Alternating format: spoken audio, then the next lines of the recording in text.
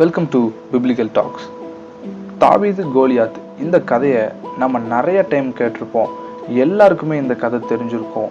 நிறைய டைம் நம்ம சண்டே கிளாஸில் கேட்டிருக்கலாம், இல்லை மெசேஜ் டைமில் கேட்டிருக்கலாம், இல்லைனா நாம் கூட நிறைய டைம் இதை ரீட் பண்ணியிருப்போம்.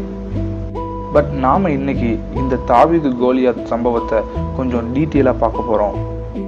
கோலியாத்தை எதிர்த்து சண்டை போடுறதுக்கு இஸ்ரேல் ஆர்மியில் ஒருத்தராலையும் முடியல. ஏன் கோலியாத்தை பார்த்து இவங்க எல்லாம் இவ்வளோ பயந்தாங்க?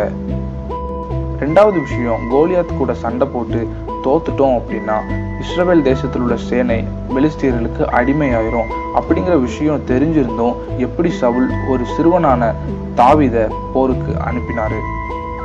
மூணாவது, அந்த தாவீதும் எப்படி அவ்வளோ பெரிய கோலியாத்தையும் அடிச்சு ஜெயிச்சாரு அப்படிங்கிற விஷயத்தை தான் இந்த வீடியோவில் பார்க்க போகிறோம். Let's go into the video. Goliath Gath அப்படிங்கிற ஊரை சேர்ந்தவர். இவர் பெலிஸ்தியரோட ஆர்மியில் இருக்கிறாரு. இவர் ஒரு சாம்பியன் ஃபைட்டர். அது மட்டும் இல்லாமல் இவர் சின்ன வயசுலேருந்தே யுத்தத்திற்காக நிறைய பயிற்சிகளை எடுத்தவர். தென் இந்த கோலியாத்துக்கு ஏன் எல்லாரும் பயந்தாங்க அப்படின்னா, இவர் பார்க்கறதுக்கு கொஞ்சம் ஜெய்ஜாண்டிக்காக இருப்பார்.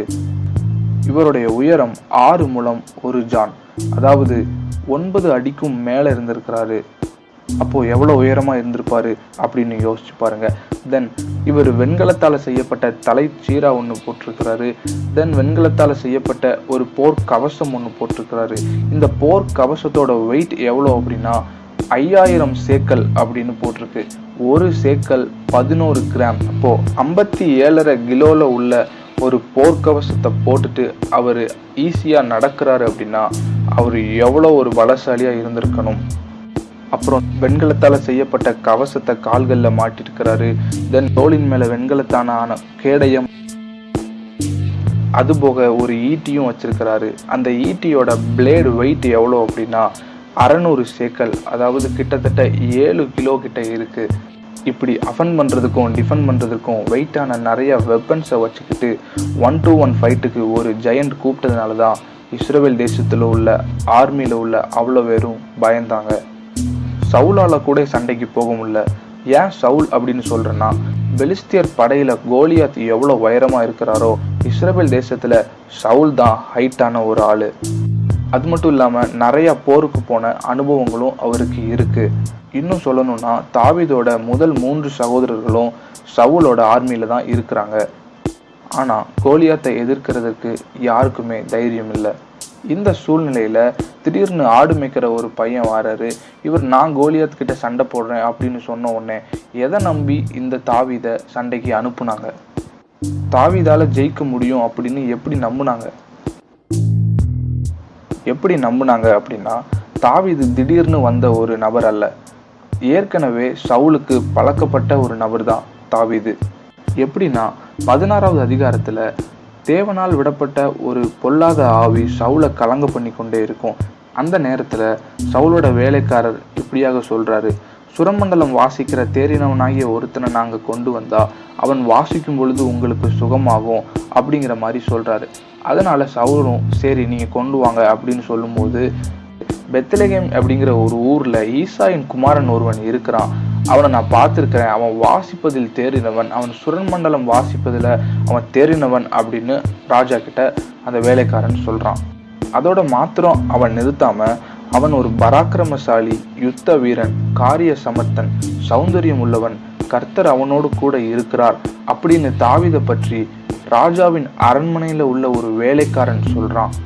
தாவீதுக்குள்ள இவ்வளோ குவாலிட்டிஸ் இருக்குது அப்படின்னு நிறைய பேருக்கு தெரிஞ்சிருக்கு. தென் தாவீதை கூப்பிட்டதுனால தாவீதும் வந்துடுவார். சவுலுக்கு அந்த பொல்லாத ஆவி வரும்போதெல்லாம் இவர் சுரமண்டலம் வாசிப்பார். அது அவனுக்கு சரியாகி கொஞ்சம் கம்ஃபர்ட்டாக அவர் ஃபீல் பண்ணுவார். அப்புறம் சவுலுக்கு தாவீதை ரொம்ப பிடிச்சிரும். அதனால் தாவீது என் கூடவே இருக்கட்டும் அப்படின்னு சொல்லிட்டு தனக்கு ஒரு ஆயுததாரியாகவும் மாற்றிடுவார். அதனால் தாவீது அடிக்கடி அரண்மனைக்கு வந்து போவார். அதனால் இவர் பழக்கப்பட்ட ஒரு நபராக தான் இருந்தார். இஸ்ரவேல் தேசத்துக்கு விரோதமாக பெலிஸ்தியர்கள் போருக்கு வந்ததுனால சவுல் எல்லாரும் போருக்கு போயிடுவாங்க. அதனால தாவீது பெத்லகேமுக்கு திரும்பி வந்து அவருடைய கொஞ்சம் ஆடுகளையும் அவர் மேய்த்து கொண்டிருப்பார். தாவீதோட சகோதரர்களும் போரில் இருப்பாங்க. 1 மாதத்துக்கு மேலே ஆகிரும். எந்த பதிலும் ஈசாய்க்கு வராது. ஏன்னா அவங்க சண்டையே போடலை. கோலியாத் அப்படிங்கிறவன் 40 நாள் காலையிலையும் மாலையிலையும் வந்து நின்று அவங்களோட சண்டைக்கு ஒரு ஆளை அனுப்புங்க அப்படின்னு சொல்லி வந்து கேட்டுக்கொண்டே இருப்பான். அதனால ஒரு பதிலுமே வரலையே அப்படின்னு சொல்லிட்டு ஈசாய் தன்னுடைய மகனை, அதாவது தாவீதை, தன்னுடைய சகோதரர்கள் எப்படி இருக்கிறாங்க அப்படிங்கிற விஷயத்தையும் கேட்டுட்டு அவங்களுக்கு சில உணவுகளையும் கொடுத்துட்டு வா அப்படின்னு சொல்லி தான் தாவீதை ஈசாய் அனுப்புவார். அதே மாதிரி தாவீதும் அந்த உணவுகள் எல்லாம் எடுத்துட்டு தன் சகோதரர்களை பார்க்க அவர் வந்துடுவார். தாவீது போர்க்களத்துக்கு வந்த உடனே போர்க்களத்தில் எல்லாரும் சும்மா நிற்கிறத பார்த்துட்டு தாவீது என்னாச்சு அப்படின்னு அங்கே உள்ளவங்ககிட்ட கேட்கும்போது அங்கே உள்ளவங்க இதை பற்றி சொல்கிறாங்க. ஸோ அங்கே இப்படி கான்வர்சேஷன் போய்கிட்டு இருக்கும்போது தான் கரெக்டாக கோலியாத்தும் வாரான். இந்த கோலியாத்து வந்து இஸ்ரவேலுடைய சேனையை நிந்திச்சு அவமானப்படுத்தி பேசுகிற வார்த்தை தாவீதோட காதுக்கு கேட்ட உடனே தாவீதுக்கு பயங்கர கோபம் வருது. ஏன்னா இஸ்ரவேலுடைய சேனை இது கர்த்தருடைய சேனை, அப்போ கர்த்தரையே நிந்திக்கிறதுக்கு அடையாளம் அப்படின்னு உடனே தாவீதுக்கு பயங்கரமா கோபம் வந்ததுனால சவுல் இடத்துக்கு கொண்டு போகப்படுறாரு. கோலியாத்தை நான் அடிக்கிறேன், இந்த கோலியாத்து கூட நான் சண்டை போடுறேன் அப்படின்னு சொல்றாரு. தாவீதுக்குள்ள பல திறமைகள் இருக்கிறத சவுல் அறிஞ்சிருந்தாலும் அங்க உள்ள அநேகருக்கு தெரிந்திருந்தாலும் சவுல் உடனே தாவீதை ஃபைட் பண்ண அலோவ் பண்ணல. சவுல் சொல்றாரு, உன்னால முடியாது. கோலியாத் வந்து சின்ன வயசுல இருந்தே ஒரு வெல் ட்ரெயினான ஒரு ஃபைட்டர். அதற்கு தாவீது, அப்படியல்ல ராஜாவே, நான் ஆடுகளை மேய்த்து கொண்டிருக்கும் போது ஒரு விசை சிங்கம் வந்தது. அந்த சிங்கத்திடமிருந்து என் ஆடுகளை காப்பாற்றுவதற்காக அந்த சிங்கத்தை விரட்டி அதை அடித்து அதை நான் கொன்று போட்டேன். இன்னொரு விசை கரடி வந்தது, அதையும் நான் கொன்று போட்டேன். அதே போலதான் இந்த கோலியாத்தையும் நான் கொன்று போடுவேன் அப்படின்னு சவுல் கிட்ட சொல்றாரு. தாவீது கிட்ட இருக்கிற தேவனுடைய வைராக்கியத்தையும் தன் தேசத்தின் மேல இருக்கிற வைராக்கியத்தையும் அவனுக்குள்ள இருக்கிற தன்மைகளையும் பார்த்ததுனால கேட்டதுனால தான் இந்த போருக்கு தாவீதை அனுமதிக்கிறாரு. என்னதான் தாவீதுக்கு வைராக்கியம் இருந்தாலும் பல திறமைகள் இருந்தாலும் அவ்வளோ பெரிய கோலியாத்தை எப்படி அடிக்க முடிந்தது? ஏன் நான் இப்படி சொல்றேன்னா, தாவீது சண்டைக்கு எடுத்துட்டு போன விஷயம் ஒரு கம்பு, 5 கல், ஒரு கவன், அவ்வளோதான் கொண்டு போனாரு. கவன் எரிகிறதுல ரொம்ப தேறினவங்களா இருக்கிறவங்க அதை எவ்வளோ வேகத்துக்கு எரிவாங்க அப்படின்னா அதோட மேக்சிமம் ஸ்பீடே 160 km/h. அப்போது தாவீதும் அந்த ஸ்பீடில் தான் அடிச்சிருக்கணும். அதுவும் ஒரே அட்டம்ப்டில் அவர் அடிக்கிறாரு. அந்த கல் கோலியாத்தோட கல்லுக்குள்ளேயே போயிருச்சு. ஒரு கன்னை வச்சு ஹெட்ஷாட் பண்ணால் சிங்கிள் ஷாட்டில் சாகடிக்க முடியும். ஏன்னா அந்த புல்லட்டோட ஸ்பீடு 2500 km/h அதிகமாக தான் இருக்கும் அப்படின்னு சொல்கிறாங்க. ஆனால் வெறும் 160 km/h வீசப்பட்ட அந்த கல் எப்படி ஒரு உயிரையே கொண்டிருக்கும்? தென் ஃபார்வர்ட் மோஷன் ஒரு பாடியில் பட்டால் அந்த பாடி பேக்வேர்டில் தான் ஃபால் ஆகும். ஆனால் கோலியாத் கீழே விழுந்தது முகம் குப்பர அப்படின்னு நம்ம வாசிக்கிறோம்.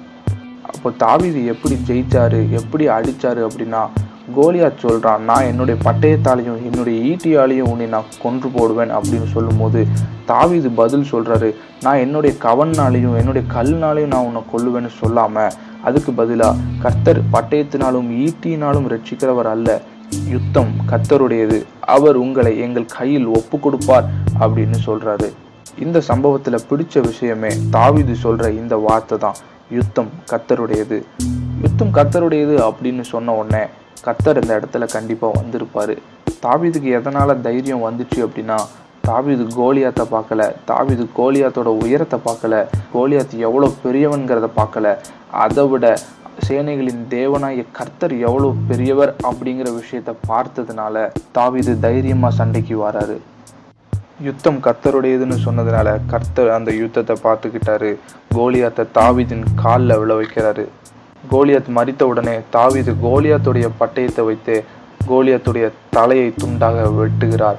அந்த தலையை எருசலேமுக்கு கொண்டு போகிறார். கர்த்தர் தாவீதுக்காக யுத்தம் பண்ணினார்.